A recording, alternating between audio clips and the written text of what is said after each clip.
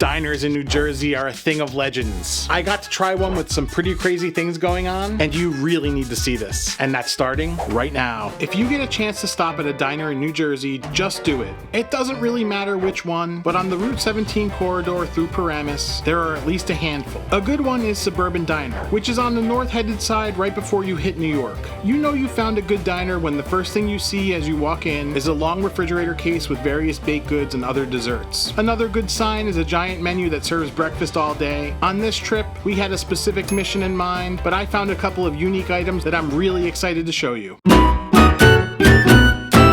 Before the trip, I told my son about Disco Fries, a New Jersey diner favorite that has migrated around the US over the years, but I knew he had to experience it at the source. Disco Fries are your standard crispy French fries, topped with gravy, and then they melt mozzarella cheese on top of it. I couldn't tell you the exact origin other than New Jersey, but you can kind of see the parallels with Canadian poutine. He was really excited, but I had to let him down just a little when we inspected that menu, because I found something even more ridiculous that I knew we had to order.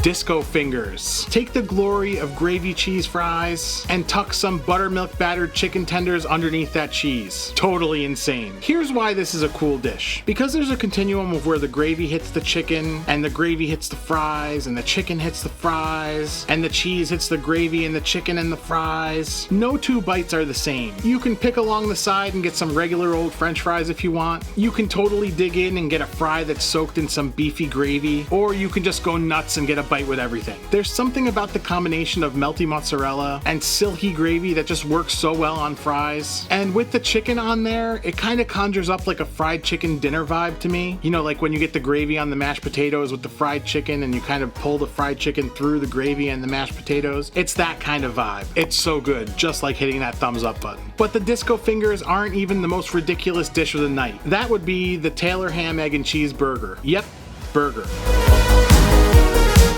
Everything that makes up that North Jersey breakfast sandwich experience on a burger. Well, not exactly everything, but we'll get there. And before we get into this, we need to kind of take a step back and address the elephant in the room, and that's Taylor ham. If you're unfamiliar, Taylor ham is a cured chopped meat farce that originated in New Jersey by a man named John Taylor. He named it Taylor ham after himself, but he got himself into a little bit of trouble with the government because they were under the impression that the definition of ham should refer to a very specific cut of pork, and not like a sausage type thing like Taylor ham is. So at that point, he renamed it to pork roll and kept kind of that Taylor as the branding. There's a divide in New Jersey where people call it pork roll and people call it Taylor ham, and I think I'm straying a little bit into the weeds on this. If you're from Jersey, you probably have strong feelings about what it's called. I'm not from Jersey, so I don't have strong feelings about what it's called. In terms of this burger, I wasn't in the kitchen when they made mine, so I couldn't tell you if they used Taylor brand or not, but acknowledging that there's other brands out there that do make this particular cut of meat, let's call it pork roll in this particular scenario. As far as this burger, it was incredible. A perfectly over medium cooked egg, some nice and crusty pork roll, and you know you always go with the crusty.